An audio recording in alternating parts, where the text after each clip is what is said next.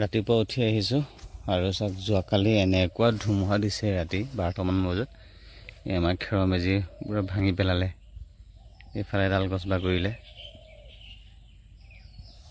এতিয়া ভাদ মাহত যে এনেকুৱা বৰষুণ দিয়ে এনেকুৱা ধুমুহা দিয়ে আৰু যাবলৈ ওলাইছে এতিয়া পাতেকীবুৰী সত্ৰ বৰদোৱা মানে শংকৰ গুৰুজনাৰ আচল জন্মস্থান এইফালে ভাইটি আহিছে কি যাব আৰু ভগৱানৰ নাম লৈ পেলাই ওলালোঁ এতিয়া হৈছে 10:20 আৰু গৈ পাওঁতেতো চাগে 12:30মান বাজিবগৈ কাৰণ দূৰ আছে যথেষ্ট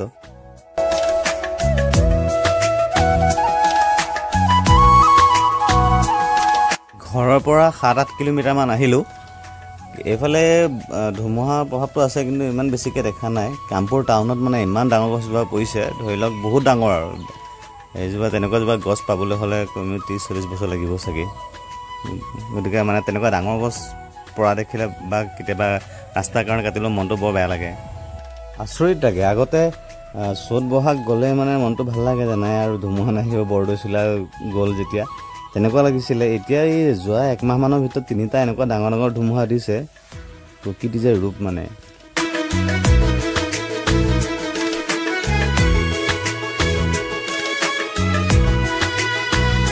এয়া আগত গৰু আছে মানে পাৰ হ'বলৈ বৰ দিগদাৰ এয়া দেখিছে বাট এৰি নিদিয়ে বাইকখনটো যেন তেন যে গাড়ী লৈ আহিলে যে আৰু সমস্যা গতিকে মানে পৰাপক্ষত এইটো সময়ত গাড়ী লৈ নাহোৱে মানে এইফালে ভাইটিটোৱে এয়া উভতি চাই গৈছে সি চাগে ভাবিছে হেলমেটত এইটো কি লগাই আছে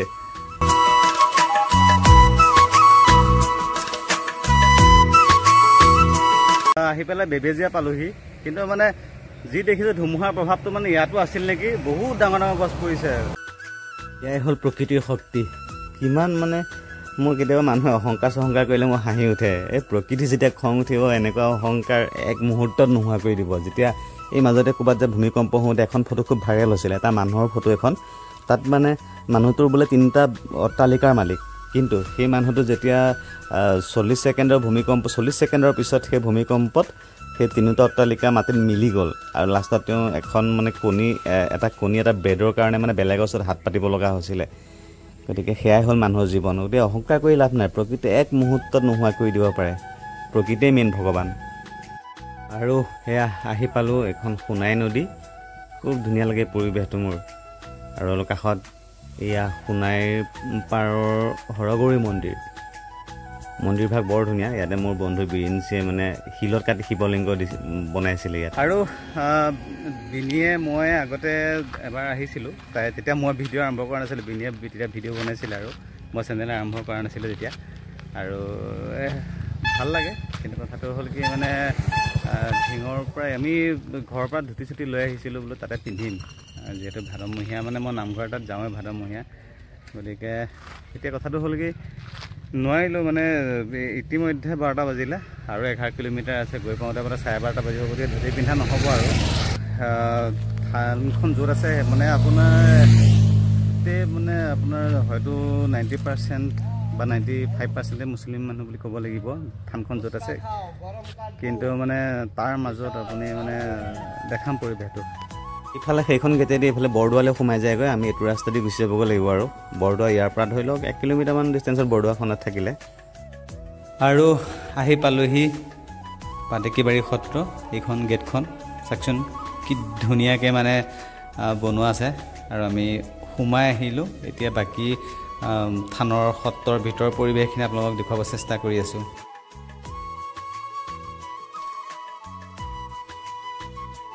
আহি পাইছোঁহি এতিয়া 12:30 বাজিলে হয়তো চাগে নাম প্ৰসংগ শেষ হ'ল নেকি পৰিৱেশটো চাওক এইটো পৰিৱেশটো পূৰা ঠাণ্ডা মণ্ডা পৰিৱেশ বৰদোৱাৰ নিচিনা জাকজমকতা নাই তথাপিও কিন্তু ভাল লাগে আৰু আহি পেলাই সম্পূৰ্ণ ড্ৰেছ চেঞ্জ কৰি ল'লোঁ লোৱাৰ পিছতে মানে ইয়াত তেনেকৈ ধৰি লওক বৰদোৱাৰ নিচিনা বহুত দোকান চোকান নাই কিন্তু বাইদেউ এগৰাকীয়ে দোকান দি আছে ভাল লাগিলে লগ পাই তাতকৈ আচৰিত কথা মানে বাইদেউগৰাকী বোলে মোৰ ছাবস্ক্ৰাইবাৰ হয়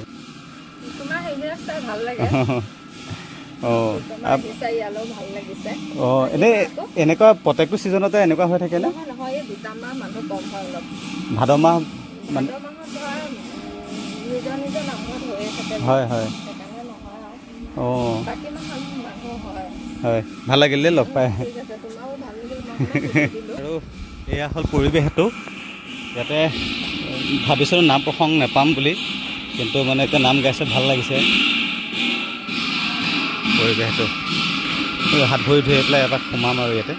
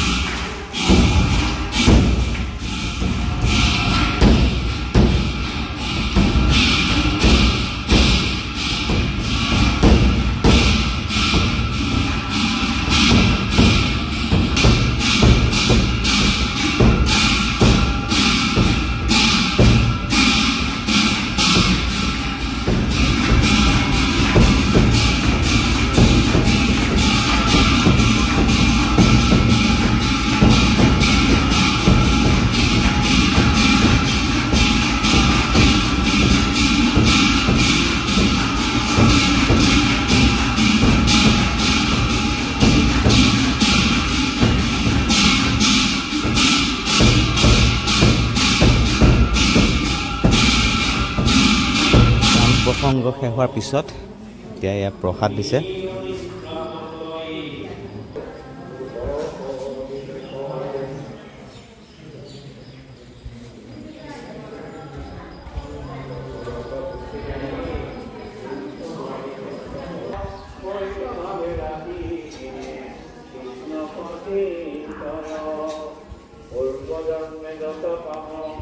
আৰু ইয়াতে বহুত মানুহে ৰন্ধা বঢ়া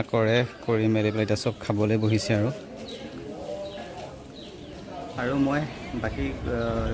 গোটেই প্ৰসাদ চসাদ গোটেইখিনি হৈ গ'ল এতিয়া খালি প্ৰভু ঈশ্বৰৰ ওচৰলৈ আহিছোঁ মানে অলপমান দুটামান কথা জানিবৰ কাৰণে আৰু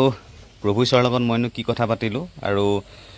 ইয়াৰ পৰা গৈ পেলাই বৰদোৱাত সোমামগৈ গোটেই পৰিৱেশটো ইয়াৰ পিছৰ ভিডিঅ'ত দেখুৱাম গতিকে আশা কৰোঁ ভিডিঅ'টো চাই থাকিব আৰু সকলোৱে দিনবোৰ সুখৰ হওক তাৰে কামনাৰে ভিডিঅ'টো সামৰিলোঁ ধন্যবাদ।